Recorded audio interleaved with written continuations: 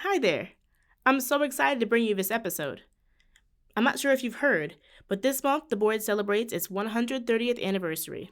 That's 130 years of licensing, verifying identities, and ensuring qualified individuals are practicing in Ohio. I can assure you a lot has changed in 130 years, including the technology and the practices employed in modern medicine. But we are still standing and making an impact in Ohio's healthcare regulation. So if you want to learn a little history, hear about what we're working on, and understand why we're committed to this work, you better stay tuned to this episode. You're listening to MedBoard Pulse, a podcast by the State Medical Board of Ohio. I'm your host, Jerica Kent, Chief of Communications. Let's talk Ohio.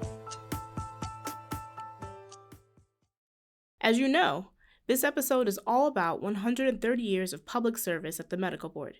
You're going to hear from a few guest speakers today, and I'm excited to introduce you to them all. My first guest is incredibly important and is somewhat of a historian here. He's our board parliamentarian. His name is Benton Taylor, and he knows the ins and outs of board meeting procedure.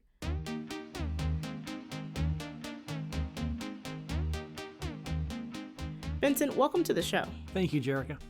First question for you, of course, is how many years have you worked for the medical board? I have worked for the medical board as of January 2026. I will have been here for 24 years. Oh my goodness, 24 years. I imagine you've seen a lot of change in that time period. Absolutely. What is the role of a board parliamentarian? What do you do? The primary role of the board parliamentarian is to make sure that the board meetings run smoothly and that they are conducted according to the board's rules of parliamentary procedure. And kind of takes some of the onus off of the president of making sure all the minutia of parliamentary procedure are observed, so that they can concentrate on making proper decisions on the cases before them. On top of knowing all those rules, you're familiar with board history as well. I've already mentioned the board was founded in 1896. Who would be licensed at the very beginning? When the board was first constituted in 1896, the only licensees that we licensed were allopathic physicians, which are the MDs, the physicians with MD at the end of their name, and also nurse midwives. Wow, we do not do that anymore. No, the Ohio Board of Nursing was established in 1915, and they took over licensing nurse midwives. Okay, so I imagine there weren't many people back then. How many licensees do we currently have, Benton? We have over 103,000 licensees. Ooh. It's a lot of people. Yes, as I recall, in 2010, which is about the time I started to be involved in knowing those kind of figures, we had about 60,000 licensees. And so just in the past 16 years, it's almost doubled, or 2/3 more than in just that short time. So again, licensing is a big part of what we do. Of course, we also discipline when we need to and create different policies. What are some of the board's monumental milestones, though, throughout history? The first meeting of the State Medical Board of Ohio took place in February of 1896, as you've mentioned. It was just a few months later, in May of 1896, when the board licensed the first woman to be licensed as a physician in Ohio, as it was Dr. Sarah Tilden. Well, that's pretty cool to know. Are there other moments in board history that stand out to you?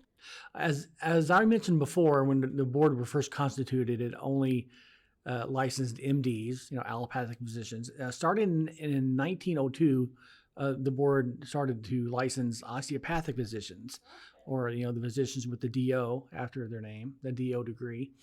And despite the fact that we were licensing them in 1902, there was no seat on the board for an osteopathic physician until 1943.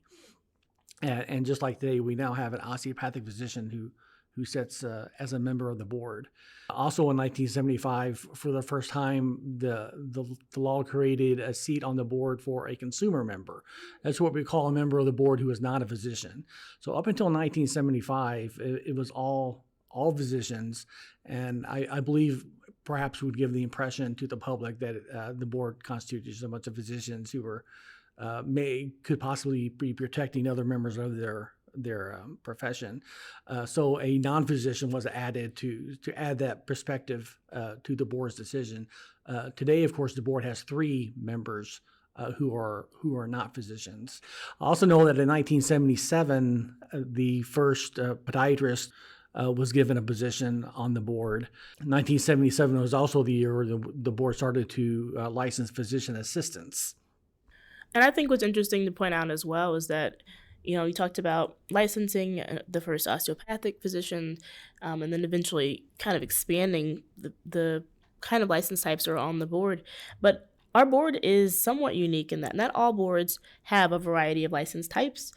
Sometimes they split out osteopathic physicians from allopathic physicians, but we really do have kind of this culmination of specialties and professions, and we have not all boards are structured the same, so that's a little bit different for Ohio.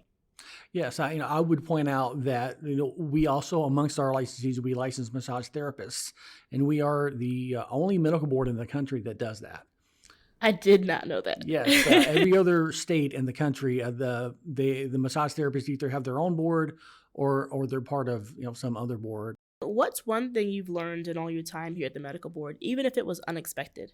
I believe that sometimes, as a member of the public, and I'm thinking back to when I was before that I was working for the board, I would always wonder, if members of these regulatory boards or these government, what you might see as a government bureaucracy, was really watching out for the little guy. In my time of working closely with board members, which has been since 2010, I've worked with many board members of all kinds of specialties, including non-physicians, and every single one of them have been genuinely concerned with the welfare of patients in Ohio, and protected them when needed, as well as making sure physicians who need help get the help that they need. I find that kind of inspiring. I agree.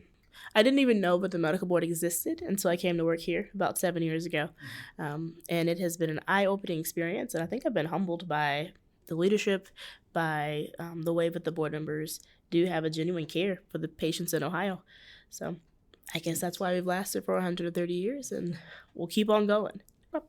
Awesome. Well, Benton, thank you so much. Again, this is fun to celebrate this anniversary.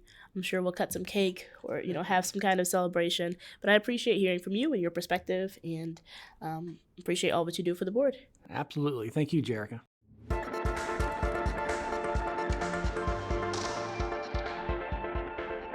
My next guest is here to highlight some of the amazing things the board is doing to make sure the public is protected. I'm happy to welcome my manager and the Deputy Director of Operations, Joel Whetstone.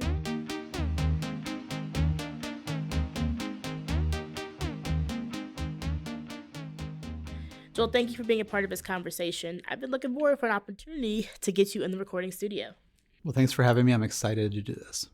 Can you please explain your role as DD of Operations? Sure. So as the Deputy Director of Operations, I oversee several support operational departments here at the board. I oversee communications, licensure, IT, data analytics, human resources, and the fiscal department. So that's a lot of the literally the operations of the board. You're really handling all the practical pieces and the things that keep us running here. So thank you for that. How many people make up the total staff of the medical board? So we have 83 full-time staff and 12 board members. The majority of our employees work in downtown Columbus, and then the investigation staff work out in the field. 83 people make sure that the state is protected in this particular capacity. That's pretty amazing. I know one of the main ways that we are able to operate, and one of our primary responsibilities is handling complaints that come in from the public. How many complaints does the board handle in a year's time, and how many actions have we taken because of them? So the number of complaints fluctuate year to year, but over the last several years, we've received around 6,000 complaints per year. That's incredible. It's a lot of complaints. Mm-hmm. But in comparison, we've also closed more complaints than we've received, again, every year for the last 5 years, which means we were busy processing complaints and looking into complaints all the time. So 6,000 complaints a year, roughly. And for board actions, which are, such as suspensions, permanent revocations, reprimands, we took 222 actions last fiscal year, which was fiscal year 25. And then in comparison, we took 263 actions in fiscal year 24 and 233 in fiscal year 23. And those are individual licensees that are being disciplined by the board. Is that right? That's correct. That's correct. So discipline is an important part of what we do. I think you'd agree with that. But it's not the only thing that we are responsible for, and it's definitely far from all we accomplish. What are some of the other ways the board protects the public? It's a great question. I mean, one of the other major responsibilities of the board is licensure. We license individuals and we regulate them. We protect the public by licensing qualified providers and offering support to them if they need assistance. In total, the medical board has over 103,000 licensees. Ooh. It's a lot. We issue roughly 7,000 new licenses per year and process over 3,000 special certificates per year. We also renew over 40,000 licenses per year. So licensing qualified providers is a huge part of the board's mission. Another area that we're very invested in and is all about protecting the public is the fight against human trafficking in Ohio. We're proud members of the Governor's Human Trafficking Task Force. The board investigators partner with state and federal agencies, including the Ohio Department of Public Safety, law enforcement, city attorneys, fire departments, and prosecutors to provide education and assist in investigations of human trafficking complaints. Additionally, we provide lots of education to our many licensees so they can be equipped to recognize the signs of human trafficking during their patient encounters and take action if needed. Another very important way we protect the public is through prioritizing the health and wellness of our providers. Several years ago, we modernized our practices related to impaired practitioners. This allows our practitioners to seek confidential help for mental, physical, or substance abuse impairment. This program is in partnership with the Ohio Professionals Health Program, Ohio PHP. Our licensees are no different than anyone else, and they deal with the same real-world day-to-day issues like anyone else does. But the healthier our licensees are, the better they can serve the citizens of Ohio. And then lastly, we spend a lot of time and invest a lot of our time in educating the public and our licensees on what we do and how we can assist them. Our communication staff is busy presenting throughout the year around the state at various colleges and conferences. In fiscal year 25, we completed 37 presentations and attended 8 conferences. We also use various social media channels to share our message with the public. And obviously, we do this fine podcast as well. All in the hopes of helping people, both licensees and the public, understand what we do and how we can help them. Joel, that's a lot that we do, and we've definitely received some recognition in the last several years. It must be why we're so busy around here, because there's just always something happening. Thank you so much for sharing this information. Thanks for having me.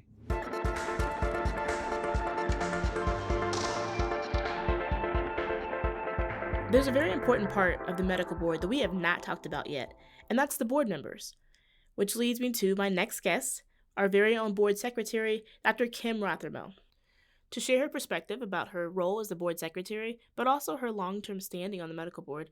Dr. Rothermel was able to join me on a call.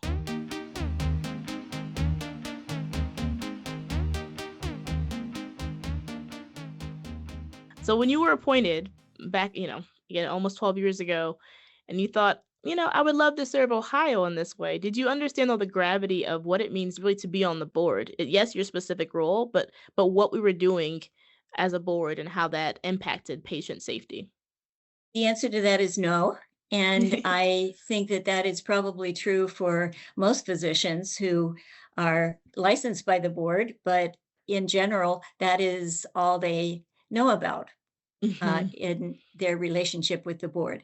So it's a learning experience for anyone appointed to the board. Fortunately, we have a strong onboarding when somebody is new to the board, but it's quite a responsibility and a privilege and an honor. One of the things that I think is really helpful and interesting, and I'm not sure if the public knows, is that the board is really made up of mostly physicians, although there's some consumer members, but you guys have a variety of specialties. So you're really coming with kind of a breadth of knowledge and expertise and training. How does that help the decision making of the board?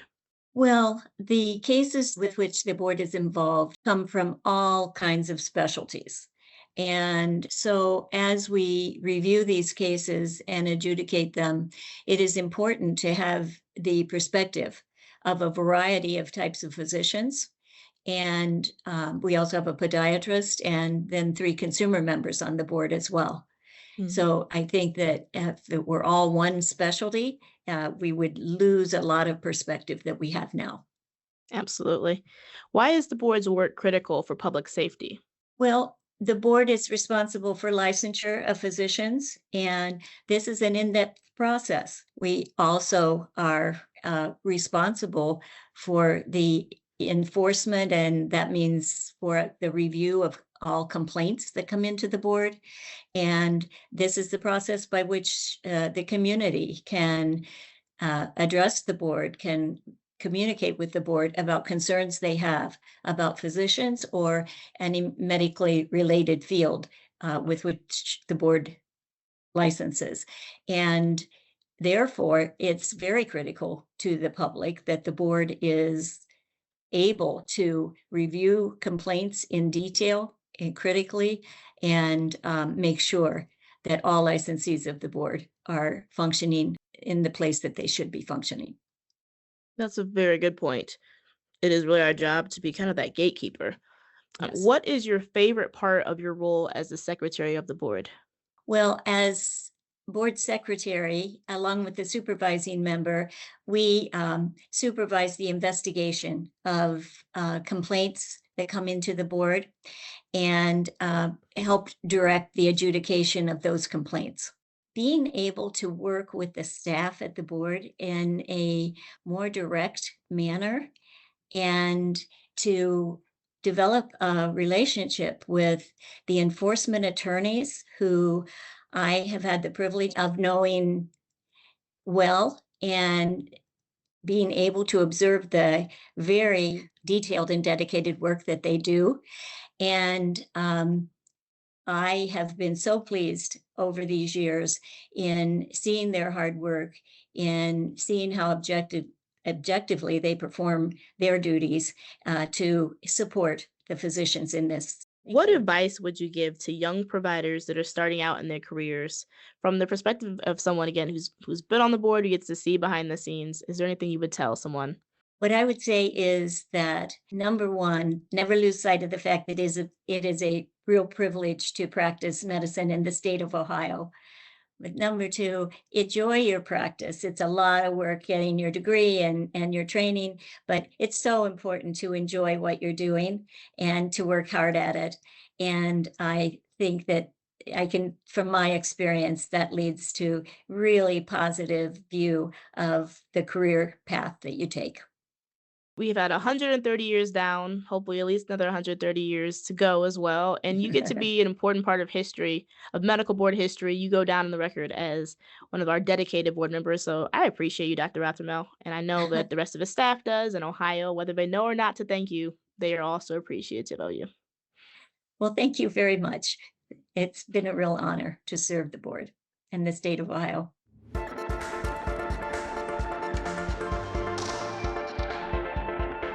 Service is at the very heart of every board member and member of staff at the medical board. We know that medical boards play an incredible role in patient protection. In fact, the entire reason we launched the podcast is to help everyday people understand the function and purpose of the board and how it works to serve the public.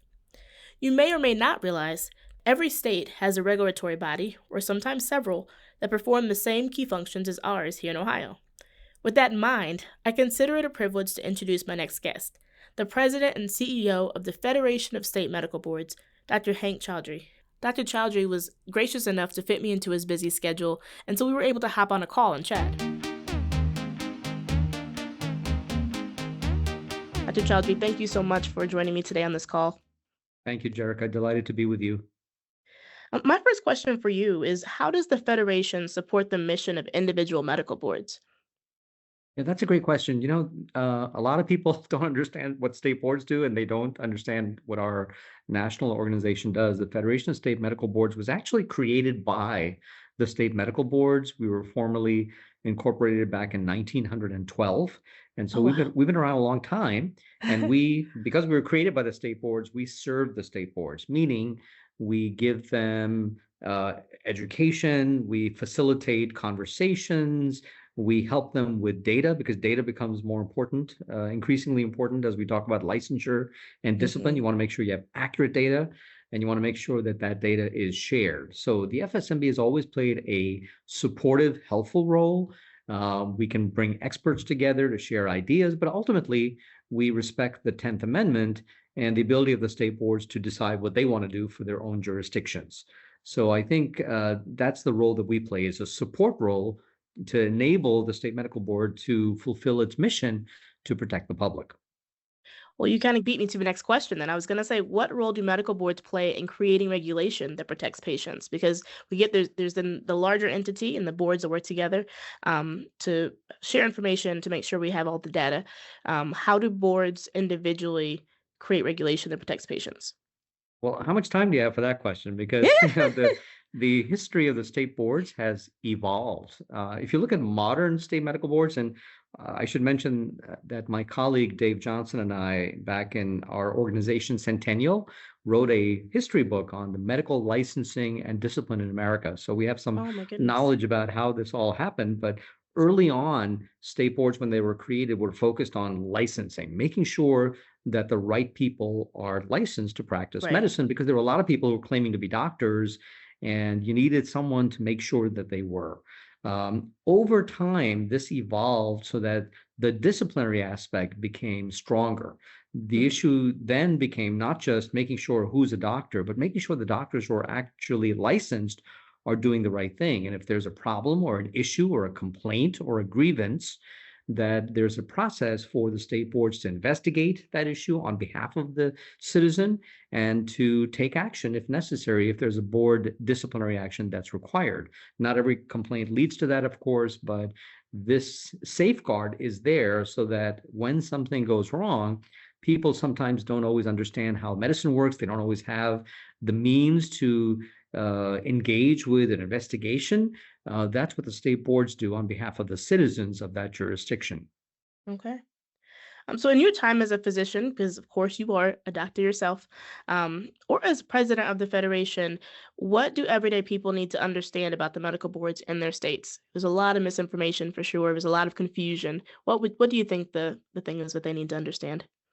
I think the average person does not recognize or know that state medical boards exist to support them. I think they sometimes read about horror stories of doctors getting in trouble. And sometimes the state boards are unfairly criticized for not acting fast enough. But the state boards work on a complaint-based system. In other words, they don't know what's happening at any given time. They're not at the point of service every time a physician sees a patient. So we rely Mhm. upon the state boards, I should say, rely upon patients, family members, others to speak up and reach out to them when they feel that there's been a problem or an issue. And then the state boards do their job to look into the issue and to take some action if necessary. I think the average person does not understand that. They don't recognize the role that the state boards play. They work very, very hard. The State Medical Board of Ohio does that, and every state board does that, but they don't always get recognition for the work that they do.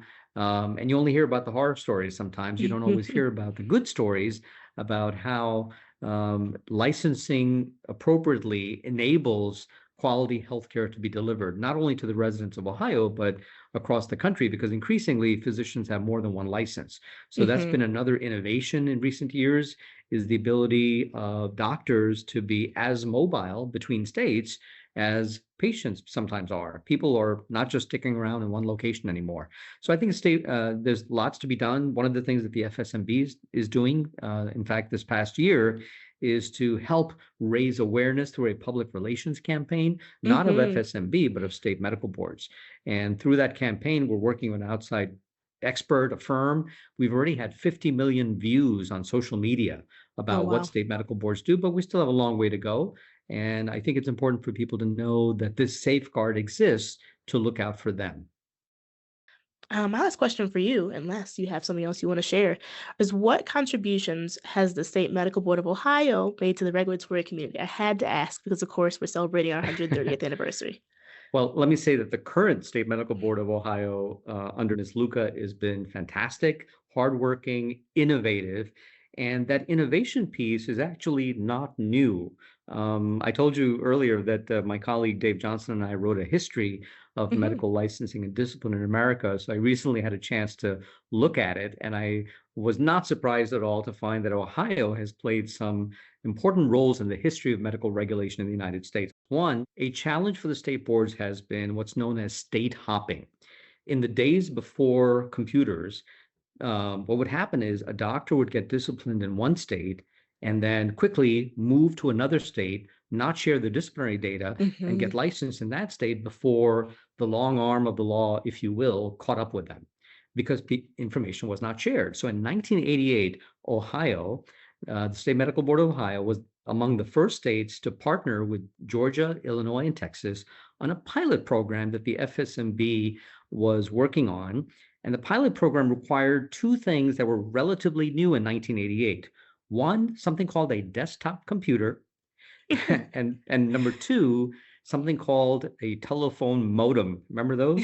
Oh, And if you had that, the FSMB wanted to partner with you to see if there was a way that we could share data with the state boards and among the state boards. Well, that succeeded.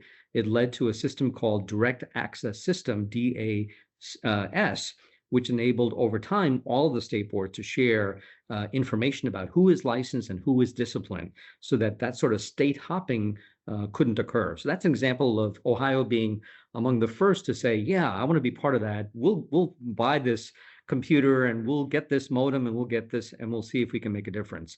Another example is back in 1996, some years later, the Federation, at the request of the state boards, created a credentials verification system called FCVS because the state boards wanted a independent credentialing system that they could trust so that the data that they get, diplomas, degrees, transcripts, that they could be independently verified. And so Ohio, the State Medical Board of Ohio, has the distinction of being the very first state in the union to require all applicants for licensure to go through the FCVS system. So that's another example of Ohio being among the first to move forward. Well, thank you so much. That gives me something to research myself as well. That's very exciting to know we've been trying to be innovative for a long time. So That's I'm very right. excited about that. Yep. Do you have anything else you'd like to share? You mentioned, why does the FSMB exist? What is its role? Its role is to support state boards individually, but also to sort of serve as a voice for all of the state boards. And so in looking through the history, I was delighted to see that at least 5 state medical board members from Ohio have served as leaders of the FSMB, as chairs of the FSMB. During my tenure, I've been CEO now for 16 years. One of my FSMB chairs was from Ohio, Lance Talmadge, Dr. Talmadge, but in years past, this goes back to the 1930s, Ohio has not only taken a lead for Ohio, but also taken a lead in supporting other state boards through the FSMB. And that's another example. Stephanie Luca serves on the FSMB Foundation Board. And so there is continued engagement by members and staff of the State Medical Board of Ohio in making sure that the people of Ohio are safe, but also in supporting their partner states all across the nation. And for that, the whole nation should be grateful. And I'm so excited about this anniversary coming up. That was incredible. I don't have anything else to say to that. Thank you. Great.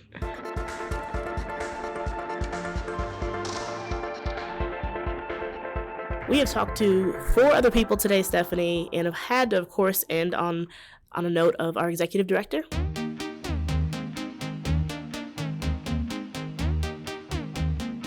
Thank you again for being here, Stephanie.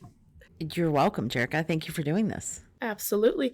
And we reiterated, I think this is your 3rd, I believe, cameo on a podcast. I think that's right. And every single episode, we reiterate our mission throughout the episode because it drives us forward. How does the board embody its mission? How would you put that into words? Every single day, the employees and the board members of this board are embodying this mission. We are here to protect the public through safe and effective regulation. We're here to make sure that our licensees are getting good service and that they're qualified to be practitioners in Ohio. So every single day, we have investigators taking complaints from the public, looking into those complaints, digging in, going out, meeting with licensees. Sometimes it's doing education with licensees. Sometimes it is working up a case to bring that to our attorneys at the office. Our attorneys are here working at the office to bring forward cases where licensees may need to be held accountable through some sort of disciplinary mechanism. We have licensing agents who are processing thousands of licensure applications a year. Thousands. and receiving thousands of phone calls every single month, just to make sure that the healthcare practitioners that our citizens are going to see are safe and qualified to be practicing from the onset of their licensure. At the same time, we're doing a lot of activity around the board relative to public information. So, for example, like these podcasts, or like our presence at the state fair, some of the social media that we're doing. We are embodying that mission to make sure that the public knows that we're here to help hold licensees accountable. And finally, we have our public board meetings every month. So with those board meetings, the board is in action, and the board is taking formal action on licensees who have made it all the way from investigation through a case workup and who need some sort of discipline to make sure that they are either never practicing again, or that if they are practicing, they're practicing in a safer way. At those board meetings at the same time, we're talking about policy issues that help keep practice safe, and that are sort of those policy issues are being discussed to sort of stay ahead of whatever that next, let's call it, dangerous trend may be. So for example, we had a podcast on IV hydration clinics or the prescribing of GLP-1 medicines. So we're talking about those things to stay proactive with keeping the public safe. What are you most proud of in your time here at the medical board? So I think it's fair to say that no day is ever the same at the medical board. Every single day we're getting different challenges, different policy issues. Every single day is fast paced. And, we have almost 104,000 licensees at this point. And so we're really busy making sure that they're either getting their licenses or that they are being held accountable if something is going wrong. We're also trying to, at that same time, improve. That's improving both in policy matters and staying ahead of the curve when it comes to what is going on in the fastly changing world of healthcare, or what we're trying to make improvements with operationally. So are we staffed the right way? Are we making sure we're delivering good services for our licensees in the most efficient way possible? But I think, so amidst all of that busyness and all of that preparation to just get the day-to-day done of our basic mission, I think I'm most proud of the work that we've done to become the national leaders and how we handle sexual misconduct complaints from healthcare licensees. So through that work, we've really learned how to investigate complaints, work with victims, educate licensees, educate our board on what the proper discipline may be for different types of sexual misconduct violations, whether it's inappropriate comments or whether it's all the way up to inappropriate touching where somebody may lose their license. But we have really created a model here where we have a team that sort of works in a matrix where we have investigators working with attorneys, working with victim advocates, and all of that work has really led to some great results of holding some really egregious providers accountable in a quicker and fairer process. Healthcare has changed tremendously in the last 130 years. For one, I'm kind of happy that I'm in 2025 and not necessarily 130 years ago with some of the practices that existed. But what do you see as some of the board's next initiative as we go into the future? Sure. That's a great question, Jerica. And this is the kind of stuff that keeps me up at night. But I think that the most obvious answer to this is that we will have to account for and embrace and work with AI. We know it's here. It's already being used. And so when I think of AI, I think of it as a regulator in two different perspectives. I think of it as how are we going to regulate the use of AI in the practice of medicine, and how does that get incorporated into what the standard of care is? And that's what we're looking at is, are people following the standard of care? What role does AI play in that standard of care delivery? So that's one set. And then operationally for us as an agency, as a public agency, how can we use AI to become that much more efficient, that much more accurate with what we're doing with our regulatory efforts? So the more that we can safely incorporate AI, presumably the better results we can get faster for the public. of course, that's complicated for an agency like ours because everything that we're dealing with is healthcare information. And a lot of times victims don't want to be known at all. And so then we have to think about how do we work in our confidentiality to the AI process. So I think that's coming. I think we're going to continue to be grappling with what is the role of each different type of licensee in the healthcare delivery system. How are physicians working with mid-level practitioners? What are the different roles with respect to their scopes of practices? And how are we meeting the ever-growing healthcare needs of our state with what we know is an aging physician population? And how are we meeting that need to help for our citizens? So what I'm hearing is we will not be bored anytime soon. We have a lot of work ahead of us, and we're going to keep being agile and flexible. That is exactly what you're hearing. Yes. Perfect. No rest for the weary at the State Medical Board. Well, Stephanie, thank you again so much for being here. We appreciate your leadership and your service here at the Medical Board, and we're excited to celebrate 130 years. I'll follow up with you again in the next 130. I'm sure we'll do another interview like this. Thanks, Jerica. Well, if we're doing our jobs, we might all still be alive in 130 years. Ooh.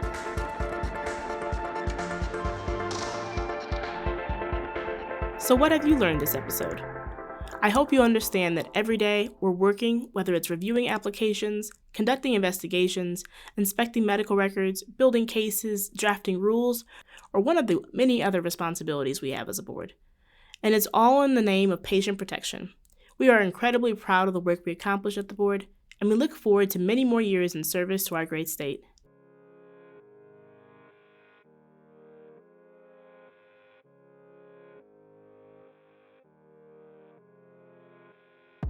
Thank you for listening to this episode of MedBoard Pulse from the State Medical Board. I appreciate all of our guests, Benton Taylor, Joel Whetstone, Dr. Kim Rothermel, Director Stephanie Luca, and a special thanks to Dr. Hank Chowdhury, President and CEO of the Federation of State Medical Boards. The work you all do makes healthcare safer. Subscribe today to hear our episodes right away. For more information about the Medical Board, visit med.ohio.gov. You can also email questions or comments to communications@med.ohio.gov. And remember, the more you listen, the more you'll learn, the more you'll share.